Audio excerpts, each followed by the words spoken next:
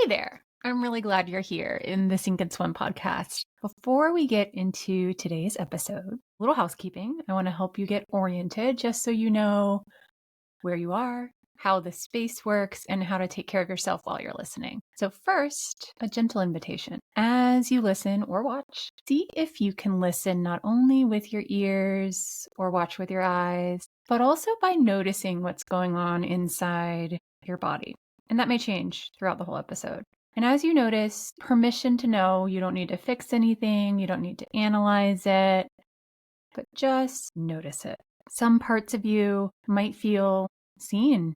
Some might feel exposed. Some parts might feel resistance or concern about what we're saying. Other parts might feel relief, encouragement, or they might want to reach through and help us or hug me if it's just me talking. So notice how you feel as you settle in, whether you're listening in a quiet place or out on a walk or driving or in the middle of something, and also how you feel when you're done. That noticing is really sacred work. And after you listen to the episode and notice, if you find yourself feeling the tug to stay connected to me or to the podcast or to any of my guests, please make sure to check the show notes and also make sure to subscribe to the podcast wherever you're listening right now. Now is a great time to go hit that subscribe button. And I'm not asking that for numbers, but because it lets the episodes find you without you having to remember or keep track. And if you like having something you can read or revisit or sit with more slowly, you can also subscribe to my newsletter, and that's in the show notes as well. You can also find clips and highlights on YouTube, Instagram, LinkedIn, Substack, and Facebook. All different platforms, different doorways to the same house. So choose whatever feels easiest for you. At any point today, later, or months from now, if something in you starts whispering, I feel this nudge inside.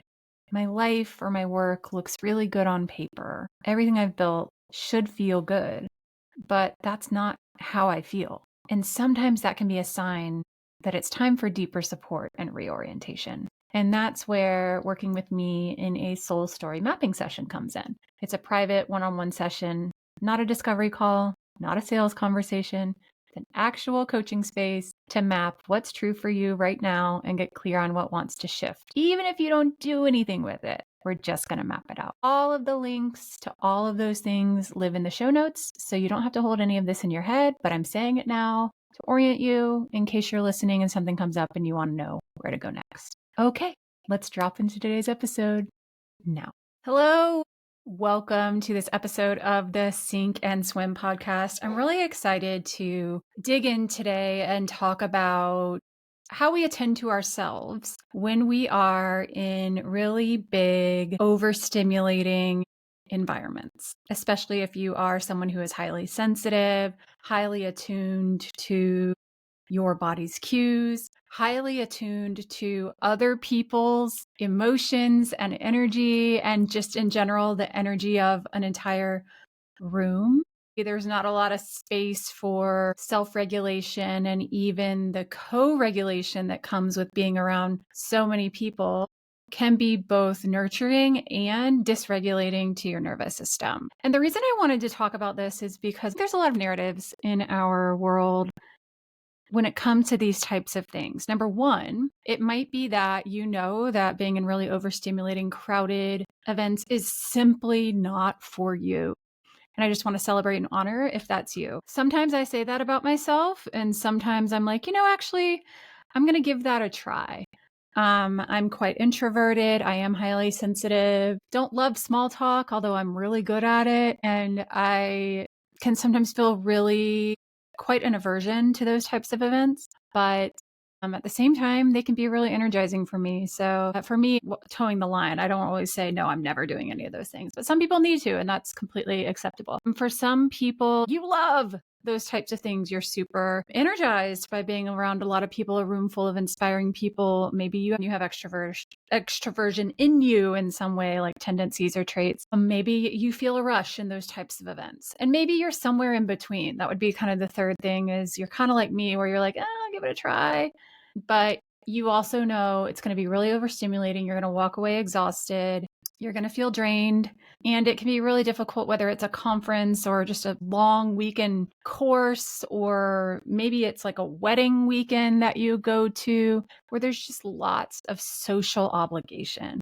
And I think we have a lot of narratives in our world that compete as you start to get into this. It could be a family event where there's sort of unwritten rules in your family about how much you engage with the family or you don't engage and what version of you shows up. Or maybe it's, friend groups and, people flew or traveled from far and wide to be together. And, if you're the person who's like, actually, I'm not going to attend XYZ, you feel like you might be outcast or judged or something like that. We have a lot of productivity standards and narratives in our world. This is not a podcast about that, but in the particular thing I just came off of, I was at a women's weekend at my alma mater, Duke, and they crammed as much programming into the time there as possible. And, it was a lot in a day. And it felt like there was this unspoken emphasis on productivity, on getting it done, on moving on to the next thing, on even having a working lunch. And so that's not a bad standard, but it's one that might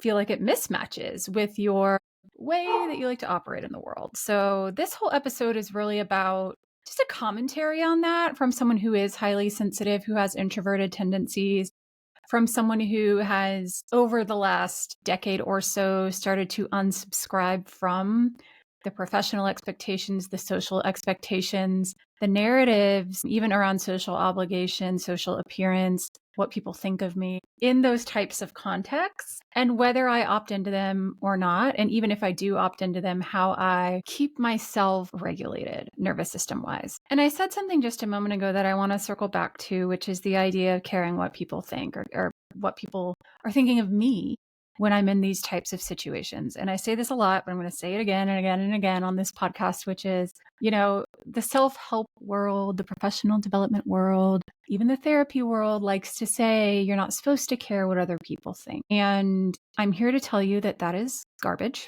You are supposed to care what people think. We are wired to care what people think. Telling yourself not to care is gaslighting your inner nature as a human. We are a communal species. We are meant to co-regulate with others. And part of co-regulation is having mirroring and feedback from someone else. And part of that is giving a shit about what they think. And the closer you are to someone in terms of your intimate bonds with them, the more you're wired to care what they think. And that's why it can feel very difficult to show up as yourself or show up differently from the pack especially when you're around people you're really close to, or you just have a vested interest in what these people think of you. So let's say it's a professional conference that you've gone to and you decide you're not going to go to any of the programming. You're just going to show up to more of the networking events and cocktails and things like that. And you might feel resistance inside because you're worried about what your peers might think of you.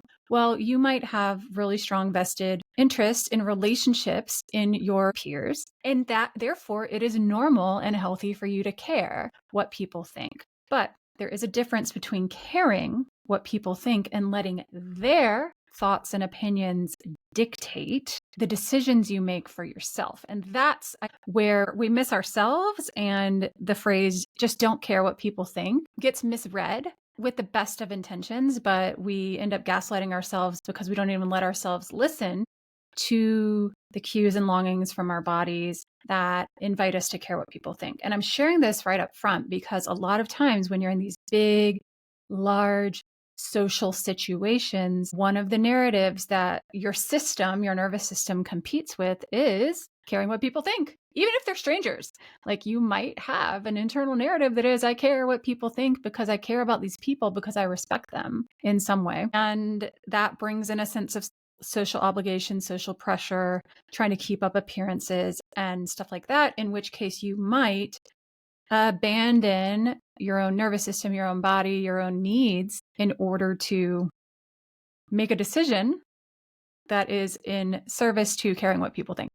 So I just want to bring that out. We are wired for co-regulation, and a part of co-regulation is giving a shit on what people think. And then, having the wherewithal to decide, does their opinion dictate my decision or not? So the specific context I'm talking about here is I mentioned it. It was an alumni event at my alma mater. I went to Duke University for undergraduate studies. Duke has a wonderful alumni network, wonderful alumni stuff. Maybe your college does too. And over the last couple of years, I have felt really tugged for more in-person, genuine, we could call them networking interactions, but also friendships. So both intimate interactions and also more like professional peer interactions. And one place that I've really tapped into is in the Duke network.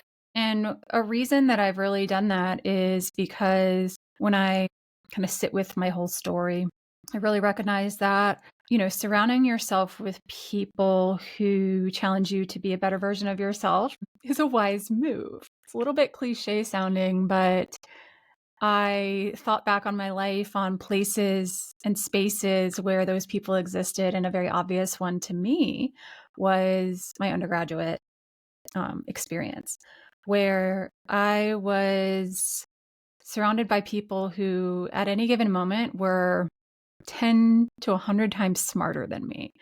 10 to 100 times more accomplished than me, who were Rhodes Scholars, who were at the top of the NCAA. They were Olympians. They've published books. I had a peer in my sorority at Duke who published a book before she even came to college. And she now is an amazing psychotherapist. She has an amazing following on Instagram and does amazing things in the world. And I always knew she would. So the women in the Duke community are the type of people who also, I always remembered this from undergrad is, there was certainly people who were competitive with each other, or you could tell they were intimidated by other strong, ambitious women, but they were the exception, not the norm. And it was just normal to sit in a room with women who were incredibly ambitious, incredibly accomplished. And there wasn't anyone trying to one up each other. There wasn't a sense of competitiveness. You didn't get any of that sort of internalized patriarchy that you see in so many other women's spaces. And I think in contrast to my professional networks as a healthcare provider, physical therapist, and coach, that's not to say that there aren't people who are really there to support you. And I have plenty of peers and colleagues who are, but I have spoken at length, and so have many of my podcast guests, on the silent rivalries, we'll say, in women in healthcare, in women in the coaching space, and that nicey-meanie front that's put on, how women will say they support you to your face, but they're actually competing with you behind your back or wanting you to fail. And that is a whole other discussion on internalized patriarchy, ableism, colonialism, etc., that we as women don't even realize we've internalized. And I have my own versions of that show up in certain spaces. But bringing it back to feeling tugged in the last couple of years towards the Duke community, knowing that as a whole, the majority of women in that community, I never had that experience with. And coming off of COVID, where we were all really disconnected from each other, coming from someone who's in an online business where I connect with amazing women all day, both as clients and colleagues, I've really had that craving for in-person connections. And so I felt tugged to attend this weekend. Of course, I knew that this was going to be busy. It was going to be overstimulating. It was going to tug at all the things that challenge me socially in large groups, in large scale events that I've already mentioned. And I want to start with a story on something that I knew going into this was a somewhat recent experience in a similar event and was a really, really interesting learning experience for me. So about 2.5 years ago, I attended a conference in the women's health field that was full of mostly physical therapists. I was super excited to be there. Lots of my friends were going to be there, lots of my colleagues, lots of my clients, even who I work with in a coaching capacity. And I was excited to go have some social time and even some learning time hearing from amazing speakers. And the conference delivered. It was all of those things and more. It was a really great experience. There was also quite a number of things where you could feel the silent rivalries in women. I could sense the tendency of women putting the speakers at the conference up on a major pedestal, which we all do. We fangirl not a bad thing. And it's a real slippery slope to stepping into feeling small and feeling disempowered. And I always want to offer that if that has ever happened to you, you find yourself kind of like fangirling. You are just as expert and guru as those people you put up on pedestals. And it may not feel that way, but this is the type of thing I love to help people do, is kind of uncover their greatness and brilliance and build the confidence to tell the world about it.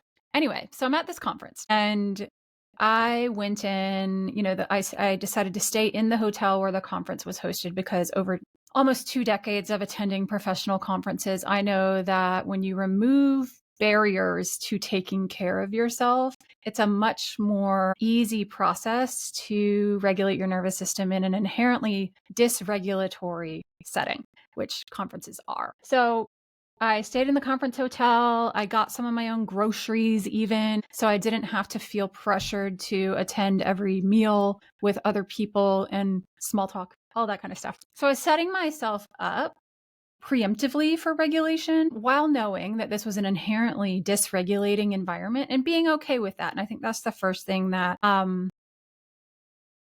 is really important if you're someone who knows that these are inherently challenging contexts and environments for you, but you do want to attend, is to give yourself permission to go to the ends of your capacity and sometimes even extend your nervous system function beyond the ends of your capacity. Like you might overreach, you might overstep, you might cross your own boundaries, and that's okay. I think we think about the term resilience, and resilience is not avoiding the full range of your nervous system capacity. It's actually your ability to experience it, both the high highs and the low lows, and be able to bring yourself back, even if you move out of the range of your capacity, out of your what we might call window of tolerance, able to bring yourself back. So when we think of these types of very dysregulating events, the goal is not to stay cool, calm, and collected the whole time. That would be one way to gaslight yourself. And like to expect yourself to do that and then try and do that would be a really tall order. And it also means that you wouldn't be fully experiencing the whole thing in a way that helps you feel alive. So aliveness and resilience are all about experiencing the full range, not necessarily staying cool as a cucumber and unbothered the whole time. So if you do feel bothered and you do feel overstimulated, or even you feel yourself retreating and wanting to shut down in these types of events, I just want to give you permission to know that these are very intelligent and wise responses from your nervous system. And what they're doing is they are responding to the moment that you're in an appropriate manner. And that's what nervous system regulation actually is, which is being able to respond to each moment in a way that's appropriate to that moment, which includes your own context. So if you're one of those, if you're differently, maybe you are neurodivergent, maybe you're highly sensitive, maybe you have introverted tendencies, or maybe you just don't like certain things in those types of events without any of those labels on you, then regulation is your body responding to things in a way where it's trying to get your attention and say, we're nearing the edges of capacity here, or you've overstepped it.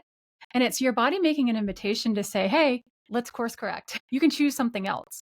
But the problem is that you can choose something else can be very difficult due to all of those internalized narratives we have under social obligation, under social pressure. Maybe you paid for the event and you've got a narrative that says you paid for it, you better get your money's worth. Maybe you just genuinely love learning and you want to soak up every possible thing that's included in this event, which I totally resonate with. So it's one thing to notice your body's cues, and it's another thing to have the wherewithal, capacity, and courage to say, oh, you know what? I do have this desire to learn and soak in every morsel that every person on the stage is teaching. And I just need to take a minute and walk out of a room in front of everyone and feel the potential humiliation that might feel like, just so I can take care of myself. So I share that because back at this event it was 2023, I knew all of this going in. I had preempted myself. I had prepared. I got the hotel room. I'd even looked at the agenda in advance and kind of earmarked, hey, you might take a break during this session and not attend that one. So I was really all in on caring for myself so that I could kind of remain in that window of tolerance, even if I was experiencing the full range of activation and shutdown of my nervous system and like all that kind of stuff. And I just remember I made the decision. It was about 1 p.m. It was after lunch and there was a session going on that I had planned to attend and I just felt it in my body. And I was like, I feel myself crashing. I'm not really paying attention to what the speakers are saying. I'm just sitting here wanting to scroll my phone instead. I can feel my body really shutting down and checking out. And, straight A student Julie, who never missed a class in PT school, was like inside of me going, no, you can't possibly like check out or leave. You need to pay attention. And also you paid for this. But the part of me that had preemptively planned and really made promises to myself that I would honor myself was like, yes. And you've heard lectures on this topic 300 times in your career. This is actually going to be recorded. You can watch the recording later. It's okay to leave. And so I stood up in a huge conference of 700 people, walked down the aisle in front of everyone, and got in the elevator and went up to my hotel room. And when I was in the elevator, I ran into a woman and she saw my name tag and saw where I was from in North Carolina. She was from North Carolina as well. So we were just talking about that. And she said, where are you going? Aren't you going to this session? And I said, no, I'm actually feeling a little strung out, burnt out. I just want to go rest a little bit so I can have capacity for the rest of the day. And she said, wow, good for you. And I was like, thanks. It feels good to have some validation around my decision to do this. I got out of the elevator and I walked back to my room and I was like, gosh, you know what? It did feel good to be validated and have someone encourage me. And at the same time, I just felt this grief come over me on how we've built a world where it's the exception, not the norm, to listen to your body and care for yourself in these types of contexts. And I just remember thinking, gosh, that really stinks that it's considered like, wow, we're going to celebrate you for taking care of yourself. Not that I don't want to be celebrated, that it's sort of like a sore thumb sticking out, And the fact that it takes courage, which I acknowledge that it did for me, walking down the aisle where everyone's looking at you. It says more about the context and the environment and our cultural narratives and all of that than it does about me, I just want to offer that if you have ever felt that urge to get up and walk out because your back hurts, maybe it's as simple as that. You can.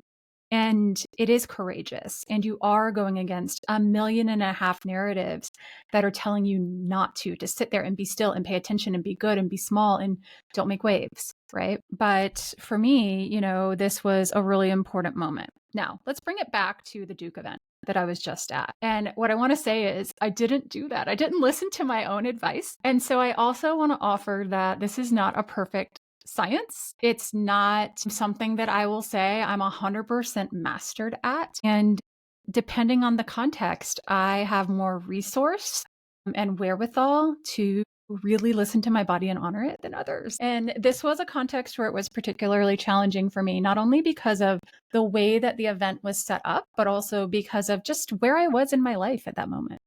I arrived at the event with kind of an open heart and an open mind. I didn't have a lot of expectations. I had not attended an in-person Duke alumni event in more than a decade, for sure.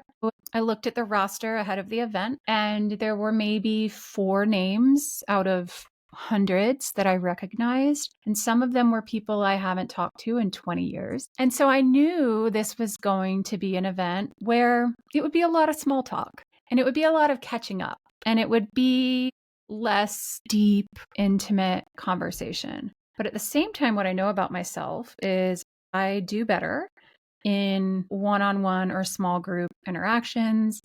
What makes me feel alive in a co-regulatory context is depth of conversation. I would rather attend a conference and kind of have 3 people I keep circling back to and we just keep deepening the conversation than meet 50 people and only get, skin deep with them on the conversation we're having. It's not that I don't value meeting a lot of people. I'm just more of a depth versus breadth kind of girly. And if that's you, I just want you to know you're not alone in that. If you're a skin deep kind of girl, also completely okay. No judgment to you. I just know that this is how I co-regulate best and how my nervous system feels grounded and seen and held in those types of contexts. And so going into it, I knew that these were all relative strangers. And that also helped me temper my expectations in terms of like, what am I getting out of this? It's a networking event over the course of 3 days. And what I loved about the very first event I went to, which was like a welcome reception,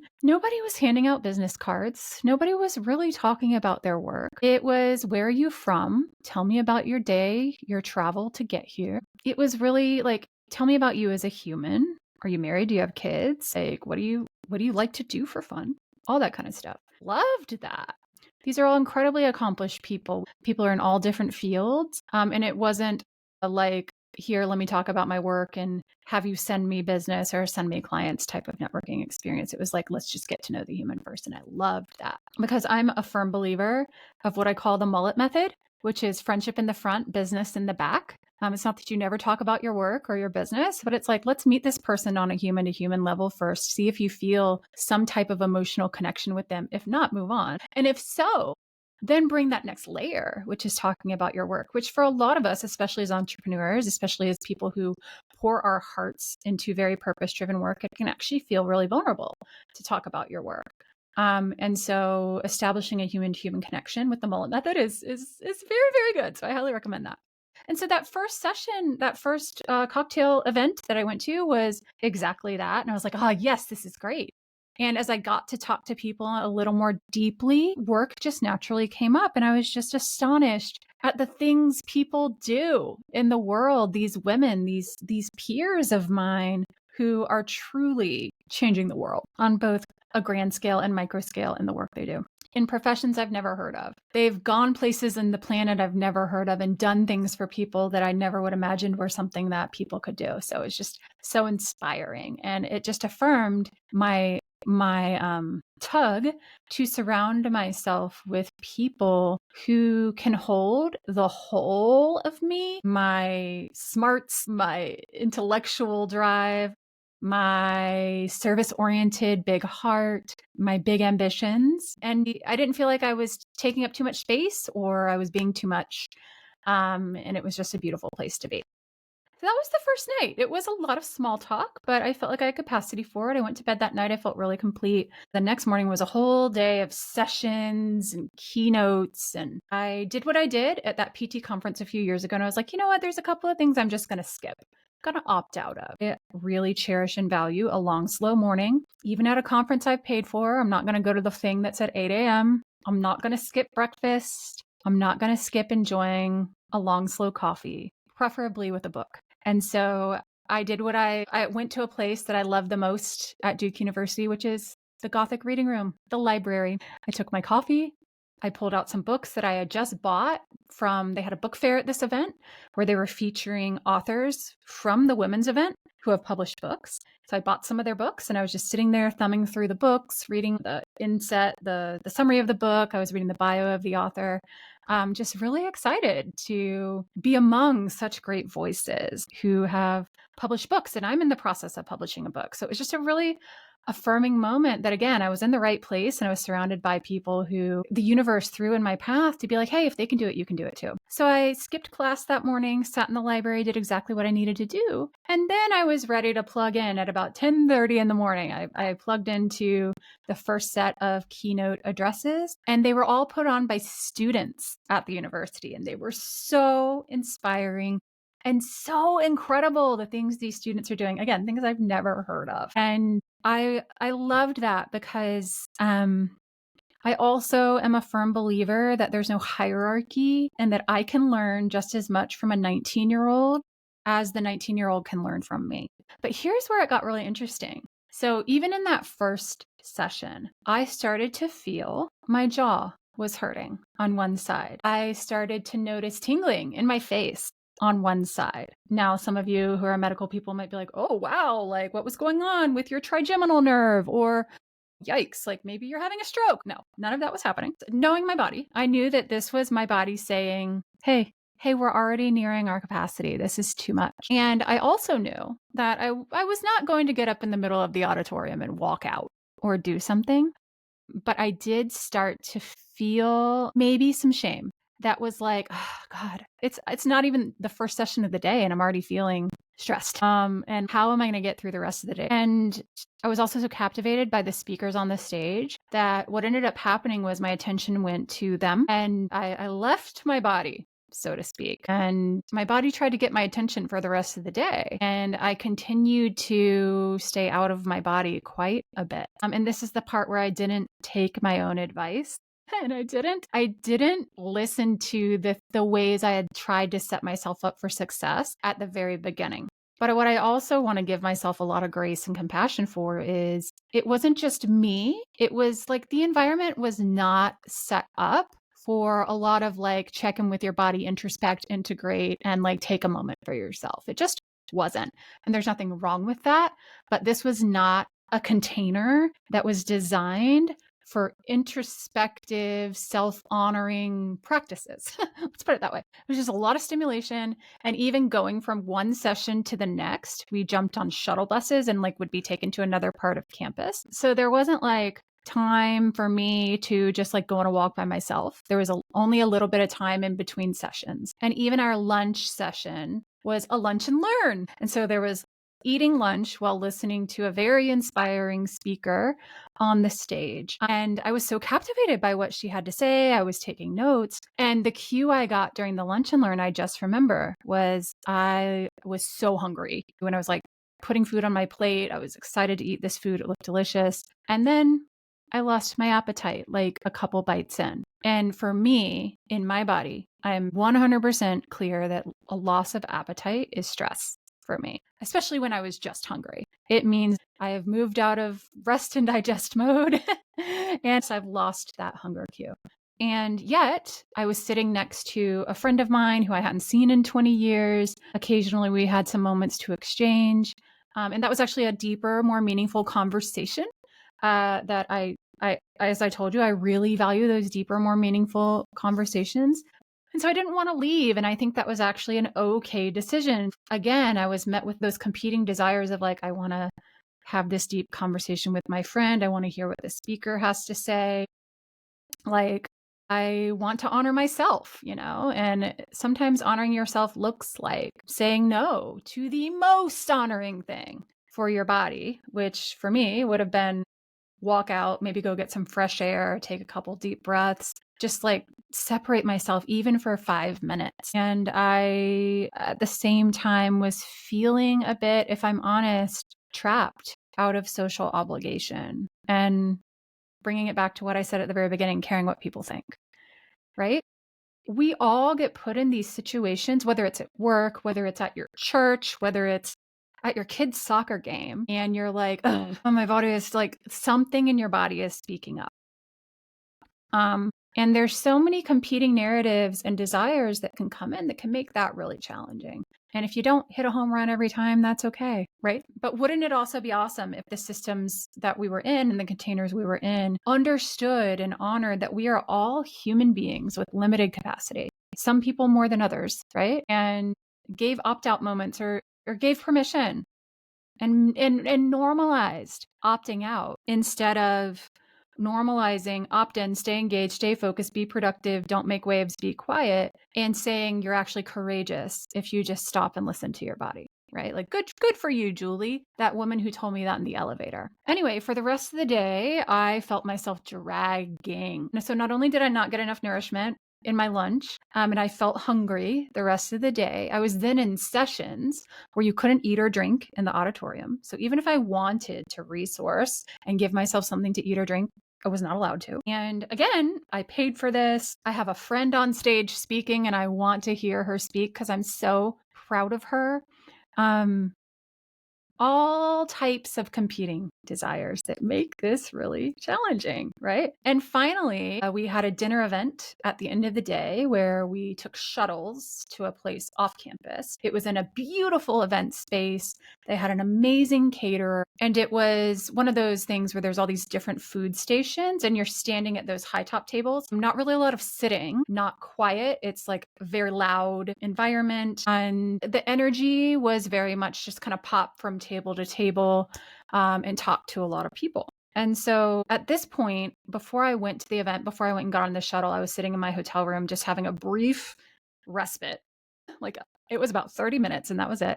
I just remember thinking, oh man, I'm so tired. And wouldn't it be so nice to just order room service or go to the hotel restaurant and have a quiet dinner and get in my PJs and curl up in bed and watch the Olympics and have a quiet night so I can feel more energized and rested for tomorrow's events, because this was a 3-day event. Well, the competing desire that came in was, well, you paid for this. This dinner you already paid for. It's going to be an amazing caterer. And there were a couple of people you met earlier today who are going to be there, and wouldn't it be fun to be able to talk to them a little bit more and deepen that connection and conversation. So you can see that like my competing desires weren't necessarily me doing what we might call self-sabotage, right? Like I wasn't not listening to that desire to stay back and have a quiet dinner, because I also valued the deeper conversations I wanted to meet people who are my peers. I wanted to create relationships. And, you only have so many opportunities to do that before I had to get in the car and drive home for the weekend. So I chose to go, and it felt like an empowered choice. And I did okay at first. And I remember the cue coming in again. About 45 minutes in, I was having conversations with people who I'd already met. I was deepening connections with them. I had food in front of me, and I had eaten about half my food. And then suddenly, like, it felt like I hit a wall. I felt not only a loss of appetite, but I started to feel nauseated. And I was just looking down at my food, and I was like, oh my God, if I put one more bite in my body, I'm going to throw up. I'm going to be sick. And at this point, I knew, okay, this is a way stronger cue than just losing my appetite. I know personally in my own world that when nausea comes in, we have way crossed over the line for sure. The other thing that came up in that moment, because we were way off campus, I was way far away from the hotel. We took shuttles to get there. And I was like, oh no, like I really want to honor what's going on in my body, but it's also very complex for me to get out. But I did have that cue and that tug in my body, which was, you need to get out. And what I want to name that is that's a flight response. That's actually a very intelligent response from my nervous system that like, I need to leave. And I won't say it was panicky. It wasn't like, oh my God, I need to go now or something bad's going to happen. It was just like a tug. It was like, you need to leave. This needs to end. And if you've ever been in an event where you're like, oh, I really wish I could leave. I really wish I could get out. I really wish this was over, then I want you to know I hear you. And this is normal. This is a normal, completely intelligent response from your nervous system. And I checked in with the people who were organizing the event, and I was like, hey, just a curiosity, like when are the shuttles starting to leave? And they told me it was going to be at least 45 minutes before the first shuttle. And I was like, crap. And that's when I started to feel a little panicky. I felt trapped in a situation that at first felt really good to me, but I crossed a threshold. And at that point, it was more than I had capacity for any longer. And so the first thing I did was wander. I felt that urge to move. And so I wandered outside for a minute. I wandered around the facility. I wandered through the event. And what I was doing was I was letting that nervous system response do what it needed to do. I was letting it complete inside of me. But still, even me just trying to move it was more cathartic than it was actually completing the response, because I actually needed to physically remove myself. Now, I want to be honest, I could have called an Uber, but for whatever reason, that option, I just imagined myself being alone in an Uber, and I've been alone in an Uber a billion times in my life. But for whatever reason, in that moment, based on my capacity, where my nervous system was, that felt worse than waiting it out. There it is, right? So again, getting desires, and also just like leaning into what felt like the safest option in a situation where I didn't feel like my needs were being met anymore. And so I stuck it out, and it got worse. I found myself feeling embarrassed that I wanted to leave. There were parts of me that came in and said, what's wrong with you? Everybody else seems to be having a great time. What's wrong with you? Why are you so weird? What's wrong with you? And at the moment, I didn't have the capacity or resource for self-compassion around that. I do now. But at the time, my poor, exhausted, overstimulated, overloaded system had a very little capacity for self-compassion. And so I just want to offer, if that happens to you, if a critical voice starts to take over, whether it's a social situation or you're like gutting through a work day or whatever it is, and you start to say, what's wrong with you? Everybody else seems to be able to do this, not you. That you're not alone, first of all, if that's you. And number two, it's okay if your critical voice comes in. So the worst thing we can do for ourselves is when we start shaming ourselves for feeling shame and for being mean to ourselves. You can at least have compassion for the fact that the critical voice is there because it's trying to protect you, right? And I did what I should do, which is reach out and try and make a connection with someone. When you're feeling shame, a great thing to do is to find another human, right? To see you and hold you and be with you. And of course, these are all strangers to me. So I'm not going to walk up to someone and be like, hey, by the way, so I'm feeling really ashamed right now. Can you help me feel better? No, that's not what I was going to do, right? But I knew that just talking to someone else would at least help me feel less alone. And so I walked up to someone who looked like a friendly face, and she was. But the problem was, for whatever reason, maybe she was out of capacity, maybe she was tired. We were just doing the small talk thing. Who are you? Where are you from? What do you do? Blah, blah, blah, blah, blah.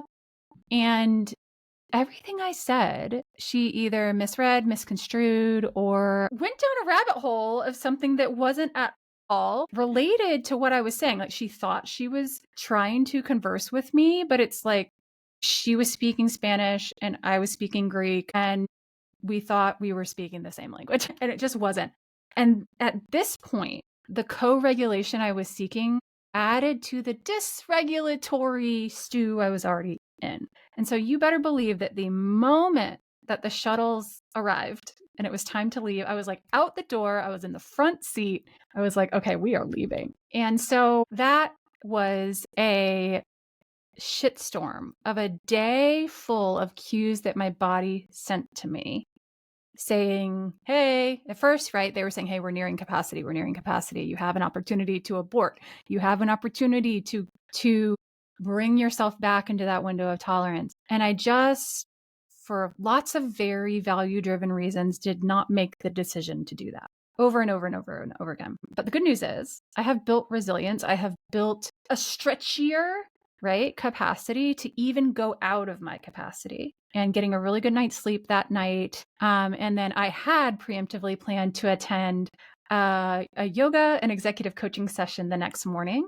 And it was so grounding and so integrative. And honestly, the kickstart to exactly what my system needed. To also make sure that that whole day that felt really dysregulatory to me, that the dysregulation did not overshadow the wonderful parts of the experience. And I really appreciated that I had preemptively planned to go to that session, knowing that I was going to need it right about then. I wish I'd had it maybe the day before, somewhere in the middle of the day would have been really nice. Like if I designed the conference, that's where I would have put it for my own selfish reasons. But I understand that obviously the people who designed the conference did an amazing job, and no shade to them on any of this. And after I had that grounding and integration session, I actually did make the decision that, you know what, I could go attend the rest of the events today, but actually I feel complete. I have made a couple of deeper connections. And as you remember, that's really what I was looking for more than anything. I have been inspired by being surrounded by people who are my peers. And that's enough. I don't need more. Because I also feel myself, again, sitting right at the edge of my capacity, and any more is going to, at this point, be a self-betrayal for sure. And so even though I paid for the rest of that day, I got in the car and I drove home. It did take me pretty much all day Sunday to sort of like right my ship and come down from the high of the weekend. And I had a really lovely somatic therapy session this morning. And we were just talking through the truth, which is events like this. Again, whether it's a conference or a course or a wedding or a girls' weekend or just traveling, like vacation can sometimes feel overstimulating. They feel hard because they are hard inherently. We aren't as humans designed to be on all the time. We're not designed to small talk all the time. At first, it can be very inspiring, but we're designed for connection. We're designed for learning each other's stories, and that is co-regulatory for us. We're designed to be surrounded by people who help us become better versions of ourselves. And too much of a good thing is no longer a good thing when your desire to be constantly immersed in those people's stories and expertise pulls you away from yourself and your own deeper needs. And it was so beautiful to have this discussion in somatic therapy this morning, because it was just like, oh yeah, right. All that I was experiencing was an incredibly intelligent response from my body and from my nervous system. And, 12 years ago, I wouldn't have even been aware of these sensations in my body. Or the physical therapist in me would have been like, "Ooh, jaw pain, neck pain," in that very first cue I got, and maybe would have like rubbed it, right? Or had someone do a manipulation on my neck real fast to help me feel better, which is a perfectly reasonable physical intervention for a physical symptom. But now I see that that physical symptom was actually a somatic cue from my body saying, "Hey, could you just like walk outside for 5 minutes and take a breath?" And I just want to reflect it's back to that moment in the elevator 3 years ago at the PT conference on how we have so normalized as a society the productivity that you paid for this. You got to juice every minute of the thing that you traveled a long way to go to. The social obligation, the social appearance concerns. We've normalized to like abandon every part of your body and not even be in tune. And we've even normalized making it wrong when your body is speaking up, when you're feeling an aversion to something that everybody else seems to want to do. Remember the part where I was like standing in the event and I was like, what's wrong with me? Why am I the only one who's standing by the door wanting to leave? And I think maybe a better question to ask there, or a more honest question is, why are you the only one who's being honest and aware of what your body is asking for? Because there's probably a lot of people who are like, "Oh, this is a stretch for me. This is hard. I'm feeling overstimulated. I'm really tired." And everyone's going to find their way to manage that. For me, my body was like, leave, leave, leave, get out, right? Some people are going to go to the bar and get another drink. Completely fine if that's your thing. Some people are going to be like dancing on the dance floor, dancing it out. Some people are going to be buried in conversation, smiling through gritted teeth, wishing they could leave, right? And we don't normalize that you can just walk out, do the old Irish goodbye and be like, "Peace out, guys, I'm out." And there are the people who are courageous and or rebellious enough to do that, kind of like I did at the conference. And somebody actually commended me on my courage to skip a session at a conference, right? But my wish is that if you learn nothing else from what I've said today, is that also there's going to be times where you freaking hit a home run on honoring your system, and there's going to be times when you do not. I don't regret it. I think that if I could go back, I probably would either not go to the dinner event at all, or I would have listened to that voice that said, wouldn't it be nice to just get my jammies and like have a slow dinner? Or I would go to the dinner and take the Uber. Or third option would have driven myself to the dinner because I had a car there. And I think that I got all like caught up in the logistics of it, and it'll just be easier to take a shuttle.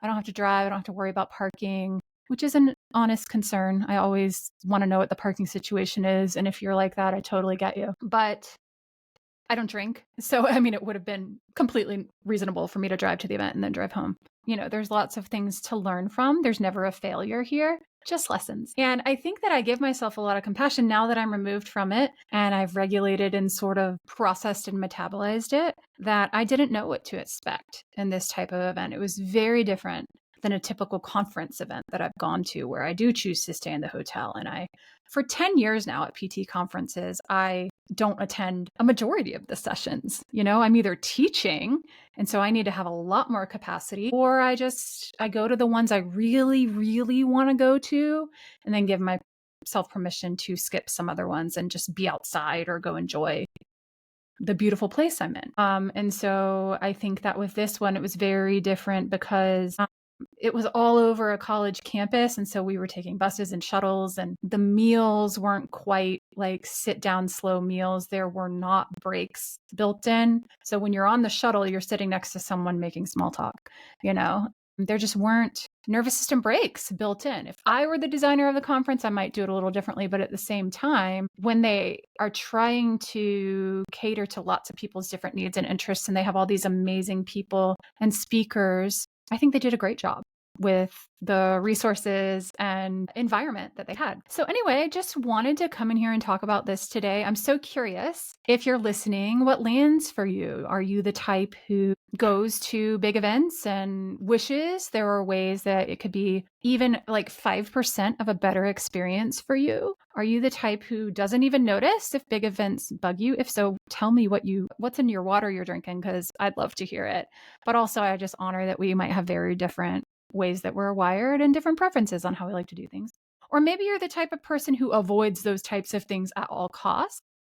And I want to honor that if that's you, and invite you to continue to do that if that feels right for you. Or maybe there's some tidbits here that you're taking away and going, never really thought about, planning ahead where I stay or where I sleep, or giving myself an exit strategy for something, or literally just getting up and walking out, even when it feels like everyone's looking at you.